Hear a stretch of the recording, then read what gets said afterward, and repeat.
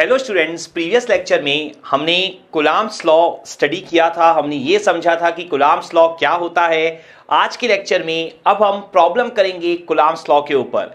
तो यहाँ पर बेसिकली मैं आपके साथ 3 प्रॉब्लम्स डिस्कस करने वाला हूँ और इन प्रॉब्लम्स को कर लेने के बाद आपको कूलम्ब्स लॉ बहुत अच्छे से क्लियर हो जाएगा।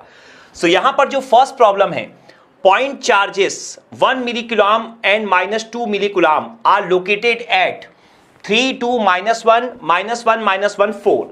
तो देखो, सबसे पहले आपको ये क्लियर होना चाहिए कि पॉइंट चार्जेस जो हैं 1 मिलीकुलाम एंड -2 मिलीकुलाम। 1 मिलीकुलाम आपका इस पॉइंट पर लोकेटेड है एंड -2 मिलीकुलाम आपका इस पॉइंट पर लोकेटेड है। ठीक है, तो यहां पर आपको क्या कैलकुलेट करना है? Force on the 10 नैनोकुलाम। बेसिकली ये 10 नैनोकुलाम है। ठीक है, charge located at 0,3,1 and electric field at that point. मतलब इलेक्ट्रिक फील्ड भी आपको 0,3,1 पर ही कैलकुलेट करनी है। पॉइंट समझ में आ गया? तो देखो, सबसे पहले हम यहां पर फोर्स कैलकुलेट करने के लिए ही जाएंगे। तो अगर आप फोर्स कैलकुलेट करने के लिए जाओ तो आप देखो, आपको 2 चार्ज दिए हुए हैं और उनके कारण 10 नैनोकुलाम थर्ड चार्ज पे आपको फोर्स निकालना है। दैट मींस जो हमने प्रीवियस लेक्चर में सुपरपोजिशन वाला कंसेप्ट पढ़ा था ना, वो हमें यहां पर अप्लाई करना पड़ेगा।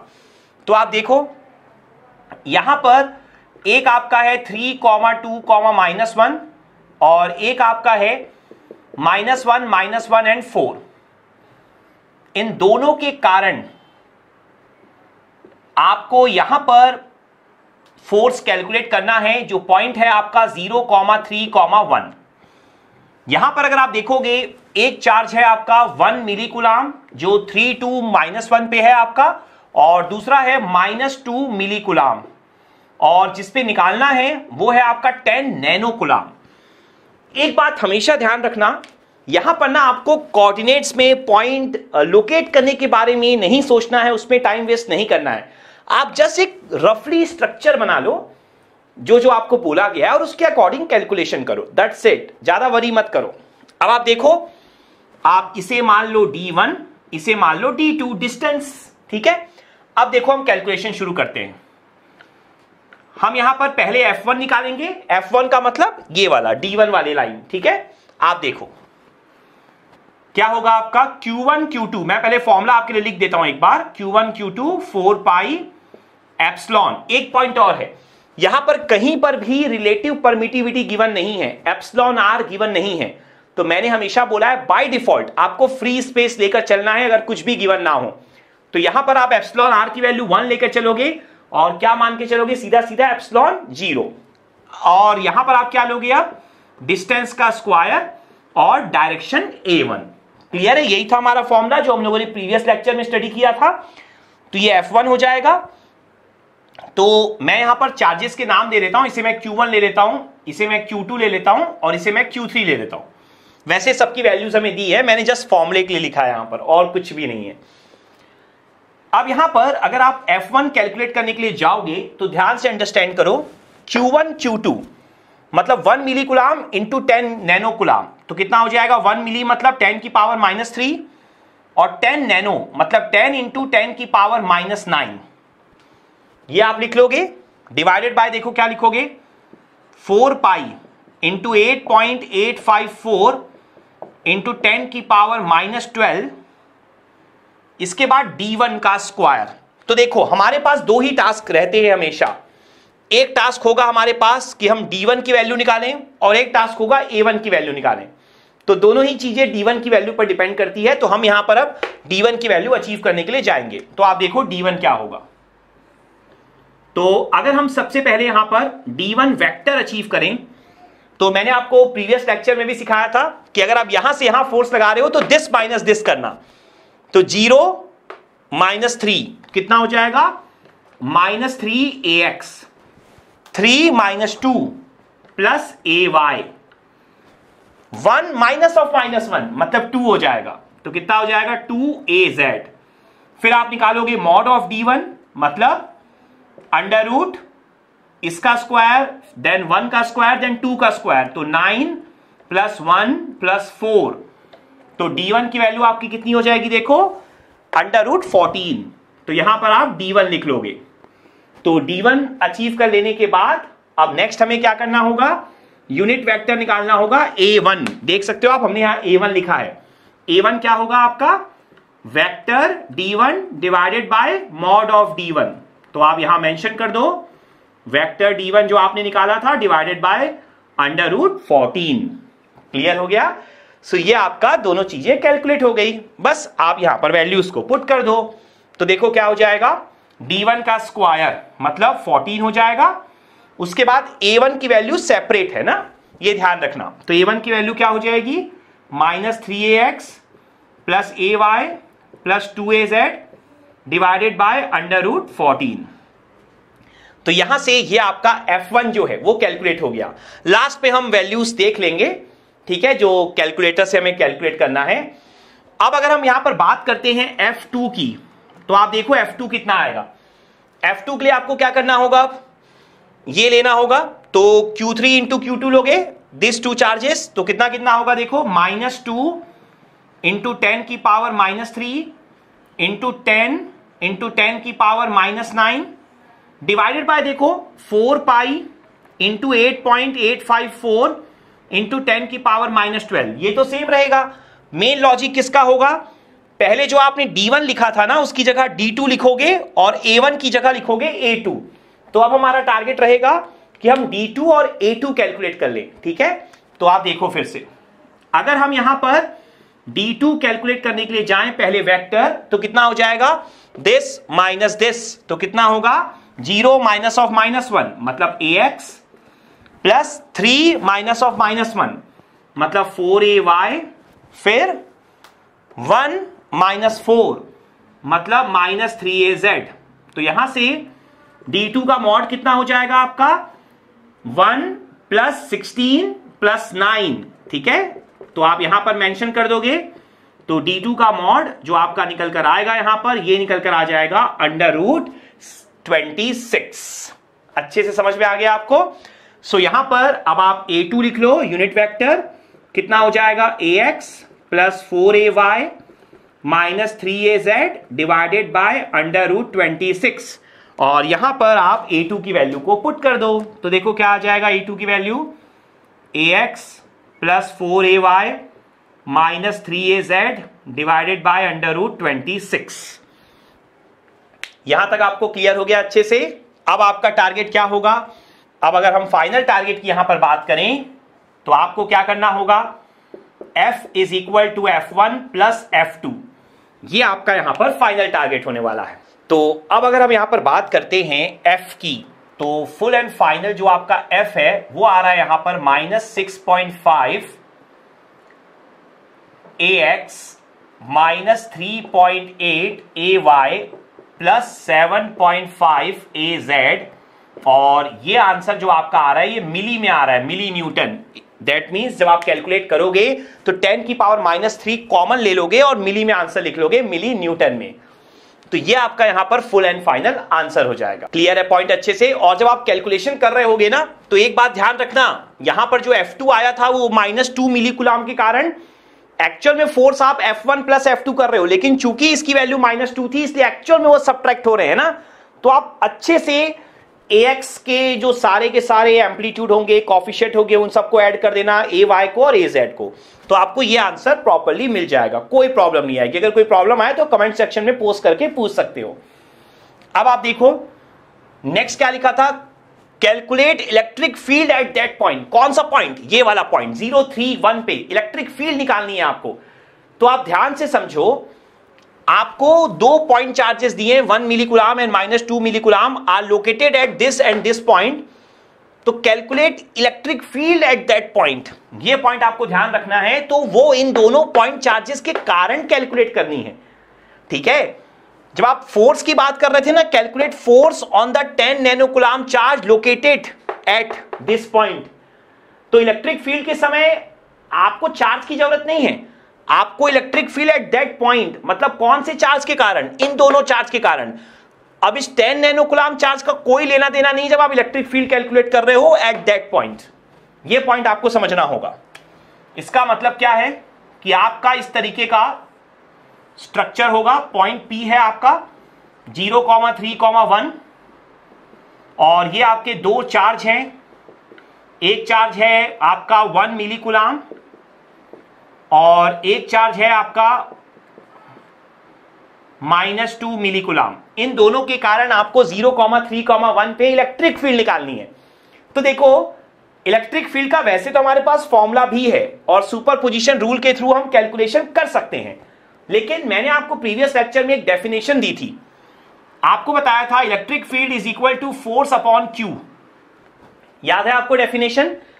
तो अगर आप किसी क्वेश्चन में फोर्स निकाल ही नहीं रहे हो, आपको फोर्स निकालने बोला ही नहीं है, तब तो फिर ये फॉर्मूला यूज करने का फायदा नहीं है, तब तो आप इलेक्ट्रिक फील्ड का डायरेक्ट फॉर्मूला यूज कर लो। लेकिन जब इस प्रॉब्लम में आपके पास ऑलरेडी फोर्स का वैल्यू है, तो फिर क्यों दोबारा से आप सब कुछ कैलकुलेट करोगे?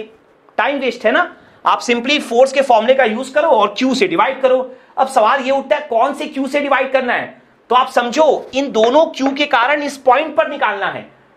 तो जब आप फोर्स निकाल रहे थे तो इस पॉइंट पर भी एक चार्ज था ना, वो चार्ज क्या था? 10 नैनो कूलाम। इलेक्ट्रिक फील्ड जब निकाल रहे हो तो चार्ज इन दोनों पर सिर्फ है, यहां पर कुछ नहीं है।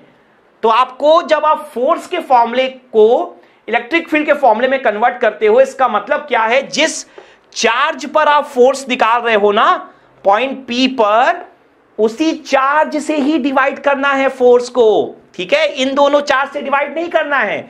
डिवाइड किससे करना है? 10 नैनो कूलाम से। तो आंसर क्या हो जाएगा देख लो आप, यहां पर -6.5 AX -3.8 AY प्लस 7.5 AZ। अब आप देखो यहां पर क्या क्या आएगा? Q 10 नैनो कूलाम, मतलब आप 10 इंटू 10 की पावर -9 से डिवाइड करोगे। और मिली का मतलब क्या था? 10 की पावर -3। तो 10 की पावर -3 आप लिख दो, तो ये सिंपली आपका मिली हट जाएगा। तो यहां से अब अगर आप इलेक्ट्रिक फील्ड की वैल्यू देखोगे तो 10 की पावर -3, 10 की पावर -9 अगर कैंसिल हो तो 10 की पावर -6 बचेगा, और 10 और 10 की पावर -6 कैंसिल हो तो कितना बचेगा? 10 की पावर -5 बचेगा। तो यहां से जो 10 की पावर -5 बचा है वो ऊपर जाके क्या हो जाएगा? 10 की पावर +5। तो यहां पर अब आप अगर देखोगे तो इसको आप क्या लिख सकते हो? देखो -6.5 AX -3.8 AY plus 7.5 AZ into 10 की पावर +5। अच्छे से क्लियर है पॉइंट? अब आप देखो 10 की पावर 5 को आप क्या लिख सकते हो? देखो यूनिट यहां पर क्या होती है? इलेक्ट्रिक फील्ड की यूनिट होती है आपकी न्यूटन पर कूलाम होती है ना। ठीक है, तो यहां पर आप इस यूनिट को चेंज कर सकते हो। किसमें? आप चाहो तो इसे 10 की पावर 3 को यहां भेज दो, तो ये हो जाएगा आपका किलो न्यूटन। पॉइंट समझ में आ रहा है? और 100 से यहां पर मल्टीप्लाई कर लो, या सिंपली बस ऐसे ही छोड़ दो, कोई प्रॉब्लम नहीं है। तो आपका जो मन करे वैसा आप कर सकते हो। तो यहां पर आप इलेक्ट्रिक फील्ड की वैल्यू क्या लिखोगे? 100 से अगर आप मल्टीप्लाई करते हो तो यहां पर कितना हो जाएगा? -650 AX -380 AY प्लस 750 AZ, और यहां पर यूनिट क्या लिखोगे? किलो न्यूटन पर कूलाम। फिनिश, आपका आंसर आ जाएगा। तो हम यहां पर एक और प्रॉब्लम डिस्कस करेंगे फोर्स के ऊपर, फिर हम इलेक्ट्रिक फील्ड वाली प्रॉब्लम डिस्कस करेंगे सेपरेटली इलेक्ट्रिक फील्ड। तो अब आप देखो यहां पर 3 equal point charges of 2 microcoulomb are in free space. ये आपको गिवन है, तीनों के तीनों चार्ज 2 माइक्रोकूलाम के हैं, और आपको यहां गिवन है फर्स्ट चार्ज ओरिजिन पर है 0,0,0 पर, सेकेंड चार्ज 2,0,0 पर है, थर्ड चार्ज 0,2,0 पर है, और आपका जो फोर्थ चार्ज है 5 माइक्रोकूलाम एट 2,2,0 पर है, जिसको आपको यहां पर देखना होगा कि इसी चार्ज पर आपको फोर्स कैलकुलेट करना है, net force, the net force on 5 माइक्रोकूलाम। ये आपका टारगेट है। मतलब ये जो 3 इक्वल पॉइंट चार्जेस हैं उनके कारण 5 माइक्रोकूलाम पर आपको फोर्स निकालना है। तो यहां पर वैसे चूंकि पॉइंट्स बहुत इजी हैं, इसलिए एक्चुअल डायग्राम हम बना लेते हैं, पॉइंट्स को ठीक से लोकेट कर लेते हैं, वैसे जरूरी नहीं है। तो यहां पर अगर आप देखोगे सभी के सभी पॉइंट्स में आप यहां पर देख सकते हो कि आपके x और y ही हैं, z हर जगह 0 है। तो यहां पर अगर मैं शो करूं तो एक आपका है 0,0,0, एक आपका है 2,0,0 और एक आपका है 0,2,0 और जिस पर आपको निकालना है वो क्या है 2,2,0। तो कुछ ऐसा स्ट्रक्चर है आपका, ये आपको 3 इक्वल पॉइंट चार्ज दिए हुए हैं, ठीक है, जो कि आपके इस पॉइंट पर, इस पॉइंट पर और इस पॉइंट पर लोकेटेड है और इस पॉइंट पर आपको नेट फोर्स अचीव करना है। तो ये चार्ज कौन सा है 5 माइक्रोकुलाम का, बाकी तीनों चार्ज है आपके 2 माइक्रोकुलाम के। तो ये आपका यहां पर टारगेट है। तो अगेन सुपरपोजिशन लगेगा, एक एक करके ग्रुपिंग करते जाते हैं और कैलकुलेट करते जाते हैं। तो देखो मैं इसे नाम दे देता हूं, आप देखो इसे मैं नाम दे देता हूं यहां पर D1 डिस्टेंस, इसे D2 डिस्टेंस और इसे मैं नाम दे देता हूं D3 डिस्टेंस। ठीक है, ये ध्यान रखना इन दोनों में कोई फोर्स नहीं निकालना है, इन दोनों में कुछ नहीं निकालना, सिर्फ इस पे निकालना है ना। तो F1 F2 F3 तीनों को हम ऐड कर देंगे। तो आप देखते चलो वन बाय वन। देखो इतना तो आप समझ गए होगे प्रीवियस प्रॉब्लम से कि आपको D1 D2 D3 की वैल्यू चाहिए होती है और साथ साथ में यूनिट वेक्टर चाहिए होता है। तो एक काम करते हैं, सबसे पहले ना इन्हीं की वैल्यू कैलकुलेट कर लेते हैं। तो आप देखो सबसे पहले अगर हम D1 निकालें, D1 वेक्टर, तो कितना हो जाएगा, जैसे मैंने बोला दिस माइनस दिस, तो 2 माइनस 0 कितना हो जाएगा 2ax, फिर 2 माइनस 2 0 और 0 माइनस 0 0, तो कुछ भी नहीं आएगा। आप देख सकते हो बाकी पॉइंट्स को सबट्रैक्ट करके। D1 निकालना है ना, तो दिस माइनस दिस करो, this minus this, this minus this, this minus this, हो गया आंसर। फिर यहां से आप क्या निकाल पाओगे, यहां से आप निकाल पाओगे मॉड ऑफ D1। तो मॉड ऑफ D1 सिर्फ और सिर्फ 2 आ जाएगा। क्या होता है अंडर रूट कैपिटल AX का स्क्वायर प्लस कैपिटल AY का स्क्वायर प्लस कैपिटल AZ का स्क्वायर। अगर आपका वेक्टर A है तो मॉड ऑफ A ऐसे ही निकालते हैं ना। तो यहां पर देखो सिर्फ कैपिटल AX है 2, कैपिटल AY कैपिटल AZ दोनों ही 0 0 है। तो अंडर रूट जब करोगे और 2 का स्क्वायर करोगे तो square under root cancel, answer क्या हो जाएगा सिर्फ और सिर्फ 2। इसके बाद अब आप देखो अगर आप A1 निकाल लो यूनिट वेक्टर, तो क्या होता है 2ax डिवाइडेड बाय 2, तो A1 की वैल्यू कितनी हो जाएगी आपकी ax, सिर्फ और सिर्फ ax आया। तो काफी इजी है इस बार, प्रीवियस क्वेश्चन में काफी लेंदी हो गया था हमारे लिए। अब आप देखो नेक्स्ट, अगर आप D2 अचीव कर लो, D2 देखो क्या है ये है, तो this minus this, this minus this कितना हो जाएगा 2ax प्लस 2ay, क्योंकि 0 माइनस 0 तो 0 होगा, z कभी मिलेगा ही नहीं आपको। तो यहां से जब मॉड ऑफ D2 निकालोगे तो कितना हो जाएगा under root 8, under root 2 square plus 2 square और A2 यूनिट वेक्टर, डायरेक्शन चाहिए ना हमें, यूनिट वेक्टर चाहिए। तो देखो D2 को आप अंडर रूट 8 को 2 रूट 2 लिख सकते हो ना। तो जब आप इन दोनों को डिवाइड करोगे तो 2 और 2 कैंसिल होगा, तो आंसर क्या होगा ax plus ay divided by under root 2। Clear हो गया अच्छे से, ये आप देख सकते हो। लास्ट D3, D3 अगर निकालते हो, D3 मतलब ये, तो दिस माइनस दिस, तो 2 माइनस 2 0, 2 माइनस 0 2, तो 2ay, देख सकते हो सिर्फ y वाला मिलेगा, z भी 0 हो जाएगा। तो यहां से आंसर मॉड ऑफ D3 का कितना हो जाएगा 2 और A3 का आंसर क्या हो जाएगा ay। तो आप देख सकते हो ना, वैसे y डायरेक्शन में है, ये वाला x डायरेक्शन में था, ये दोनों में था, इसलिए दोनों मिल गए। इजी है बहुत। आप देखो किसी भी फोर्स का फॉर्मूला आपको पता है क्या होता है, Q1 Q2 upon 4 pi epsilon d square into unit vector A। अब आपको पता है यहां पर आपको तीनों फोर्स लिखने हैं, ठीक है। Q1 Q2 क्या होते हैं, जो कॉम्बिनेशन आप ले रहे हो, जैसे ये दोनों और ये दोनों, तीनों बार ये तो सेम रहने वाला है, बस लिखते चलो। देखो क्या हो जाएगा 2 इंटू 5, तो 2 इंटू 10 की पावर -6 इंटू 5 इंटू 10 की power -6, 2 microcoulomb, 5 microcoulomb, micro means 10 की power -6 divided by 4 pi, free space लिखा है मतलब क्या लिखोगे एप्सिलॉन 0, 8.854 इंटू 10 की पावर -12। फिर क्या है देखो d स्क्वायर, तो पहली बार में आप जब ये वाला लोगे तो क्या लोगे D1, तो D1 की वैल्यू क्या है 2, मतलब क्या लिखोगे 4। फिर क्या लोगे A1 की वैल्यू क्या है सिर्फ और सिर्फ ax और कुछ भी नहीं है, फिर नेक्स्ट D2 वाला ले लेते हैं अब। तो देखो क्या होगा इसके लिए, 2 माइक्रोकुलाम 5 माइक्रोकुलाम, ये तो सब में ही सेम होना है ना, क्योंकि 2 2 2 तीनों में सेम है और 5 तो कॉमन रहेगा। तो क्या हो जाएगा 2 × 5 × 10 की पावर -12, ये सब एक साथ लिख सकते हैं ना, डिवाइडेड बाय क्या होगा 4 पाई × 8.854 × 10 की पावर -12।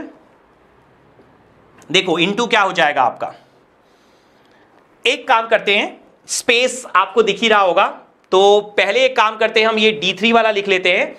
D3 वाला जब आप लिखोगे तब भी आपको पता है कि यहां पर जो आपका ये दोनों हैं, ये दोनों सेम रहेगा, इसमें तो कोई प्रॉब्लम है नहीं।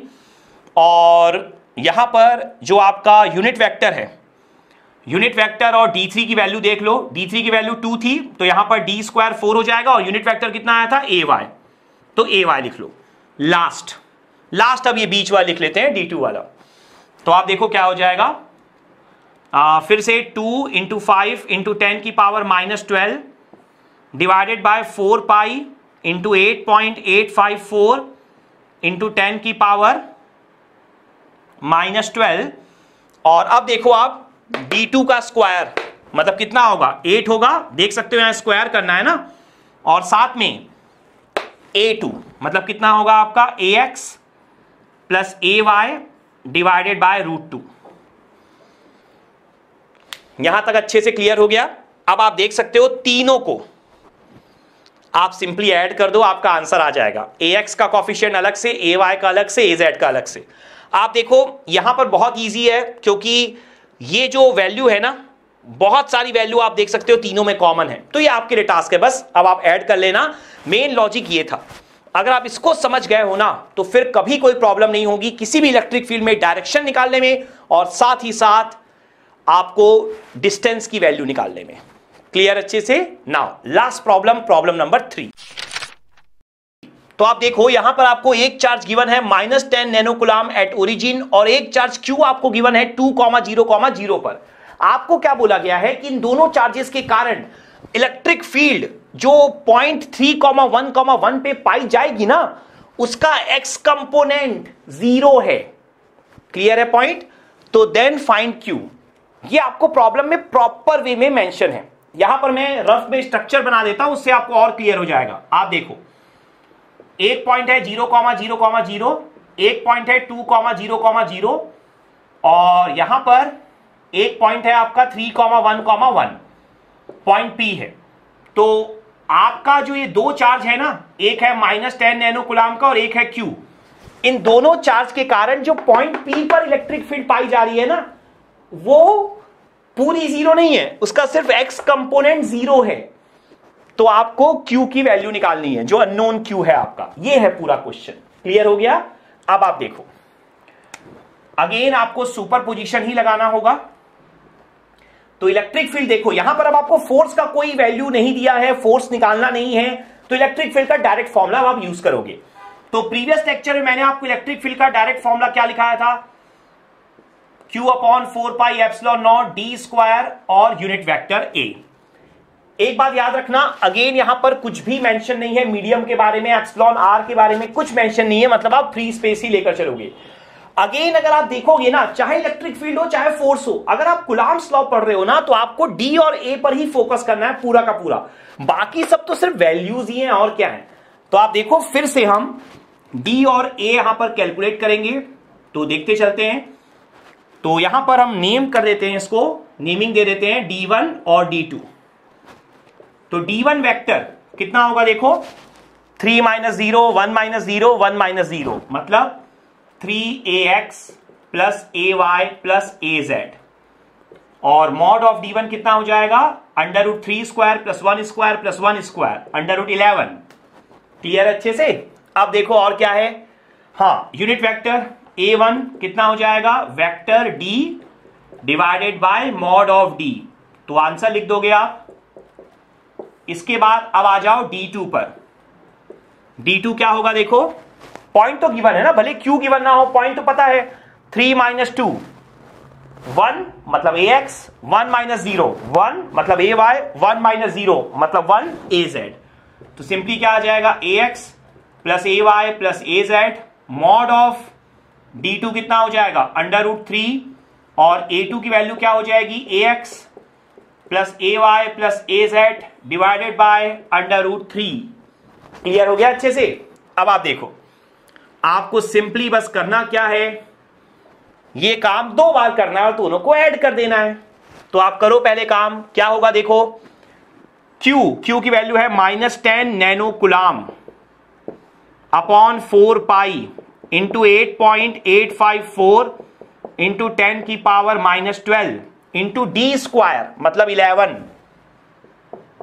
इंटू A1 मतलब क्या है, आप देख लो 3ax plus ay plus az divided by और क्या है आपका √11। सब मल्टीप्लाई है ना, a भी मल्टीप्लाई है, साथ में लिखते चलो बस, और कुछ नहीं है। फिर प्लस, फिर से Q यहां पर Q ही है, नोन है, तो आप लिख दो Q डिवाइड बाय क्या होगा देखो 4 पाई 8.854 इंटू 10 की पावर -12। और देखो इतना आप समझ गए होगे, एग्जाम में आपको ये बार बार लिखने की जरूरत नहीं है, सीधा सीधा कॉमन ले लो, जो ये वैल्यूज बार बार रिपीट कर रहा हूं मैं, अभी तो जस्ट फर्स्ट टाइम पढ़ा रहा हूं इसलिए समझाने के लिए, और कोई नहीं है, ठीक है ना। आप सीधा सीधा 4 पाई एप्सिलॉन नॉट को कॉमन लेके बाहर कर दो। तो अब आप देखो यहां पर कितना होगा, डी स्क्वायर, तो डी स्क्वायर कितना है आपका 3, और फिर क्या है आपका a2, तो a2 की वैल्यू क्या होगी, ax plus ay plus az, और साथ में क्या है डिवाइड में √3। अब प्रॉब्लम में आओ, प्रॉब्लम में क्या बोला है, x component of electric field is 0 at 3,1,1। q की वैल्यू निकालनी है, सिर्फ x कंपोनेंट को 0 करना है। तो x कंपोनेंट का मतलब क्या है, जो स्मॉल ax का कॉफिशिएंट है ना उसको, मतलब ये स्मॉल ax, सिर्फ उसी को ही करना है और किसी को नहीं, ठीक है। तो यहां पर देखो आप ऐसे लिख सकते हो Ex इज इक्वल टू 0, मतलब क्या हो जाएगा देखो ध्यान से, ax के साथ क्या क्या मल्टीप्लाई में है, एक है 3, एक है ये, और एक पूरा डिवाइड। वैसे यहां पर नीचे में देखो q और ये पूरा डिवाइड, ठीक है। तो बस ax वाले कंपोनेंट जो भी दिखाई दे रहे हैं प्लस माइनस किसी में भी, सबको ऐड सब्ट्रैक्ट करके इक्वल टू 0 कर दो। तो आप देखो कितना होगा, 10 इंटू 10 की पावर -9, ये कितना हो जाएगा आपका। एक काम यहां पर कर सकते हो सीधा सीधा, देखो 10 की पावर -8 होगा ये, तो 10 की पावर -8 जो है 10 की पावर -12 से जब कैंसिल करोगे तो कितना बचेगा आपका, नीचे बचेगा 10 की पावर -4, तो ऊपर जाके कितना बच जाएगा ये 10 की पावर 4। क्लियर हो गया अच्छे से। तो यहां पर देखो 10 की पावर 4, सामने माइनस साइन भी है, इंटू कितना होगा 3, क्लियर है। डिवाइड में देखो कितना होगा 4 पाई इंटू 8.854 इंटू 11 √11, ये आपका बच जाएगा। और साथ में प्लस Q, तो ऊपर तो सिर्फ Q है और नीचे कितना होगा देखो 4 पाई इंटू 8.854 इंटू 10 की power -12 into 3 into √3 is equal to 0।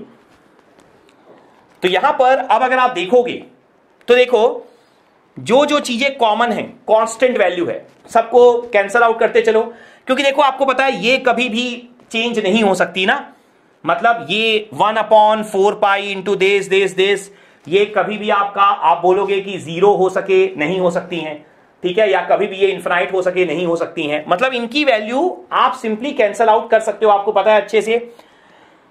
तो आप देखो 4 पाई ये और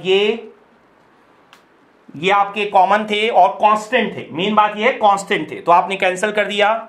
इसके अलावा और कुछ रहता है आपका, नहीं, और कुछ भी अब नहीं रहता है आपका। तो अब आप यहां पर सिंपली कैलकुलेशन करोगे तो क्या हो जाएगा देखो, अब अगर आप यहां पर कैलकुलेशन करने के लिए जाओगे तो आंसर कितना हो जाएगा, इसको अगर आप पूरा सॉल्व कर लो तो ये वैल्यू अब अगर मैं यहां पर कैलकुलेट करूं तो आप देखो 3 डिवाइडेड बाय 11 डिवाइडेड बाय √11, तो ये आंसर आ रहा है 0.0822 इंटू अगर 10 की पावर 4 भी हम लोग कर दें तो यहां पर ये आंसर आपका निकल कर आ रहा है 822.3। और ये आपको सामने माइनस साइन दिखाई दे ही रहा होगा। और एक चीज आप देख सकते हो, देखो ये माइनस है, ये प्लस है, उधर ले जाओगे इसको तो ये भी प्लस में हो जाएगा, तो हम इक्वल के उधर लिख लेते हैं। इक्वल टू देखो Q, और Q के साथ ये सारी चीजें आप देखो कितनी बच रही है, 1/3/√3। ठीक है, तो ये आपका आंसर आ रहा है 0.192, और 10 की पावर -12 ऊपर जाके क्या हो जाएगा 10 की पावर 12। तो यहां से देखो Q की सिंपल सी वैल्यू आ जाएगी, तो Q की वैल्यू आपकी कितनी आ जाएगी यहां पर 822.3 डिवाइडेड बाय दिस। तो हम कर लेते हैं यहां पर, तो ये आपका आंसर आ रहा है Q का 4.27 नैनो कुलाम। बेसिकली हमें 10 की पावर -9 मिल रहा था, तो मैंने सीधा सीधा नैनो कुलाम में लिख दिया। ये जो आपका चार्ज था वो -10 नैनो कुलाम था, ये वाला चार्ज आ गया 4.27 नैनो कुलाम। तो अगर आप यहां पर 4.27 नैनो कुलाम रखोगे तो इन दोनों के कारण जो कंबाइंड इलेक्ट्रिक फील्ड इस पॉइंट पर मिलेगी उसका एक्स कंपोनेंट 0 हो जाएगा। तो ये आंसर मैंने आपको पूरा कैलकुलेट करके दिखा दिया, क्योंकि यहां पर Q की एक वैल्यू चाहिए थी आपको। तो यहां पर जो कुलाम्स लॉ के ऊपर प्रॉब्लम थी वो आपकी कंप्लीट होती है, वैसे कंप्लीट नहीं होती है, वैसे आपको बहुत सारी प्रॉब्लम और प्रैक्टिस करनी है, और मैं भी प्रॉब्लम सॉल्व कराते चलूंगा। लेकिन जो बेसिक फॉर्मूला हमने प्रीवियस लेक्चर में स्टडी किया था उस पे ये प्रॉब्लम यहां पर कंप्लीट होती है। तो आज के लेक्चर में इतना ही, थैंक यू।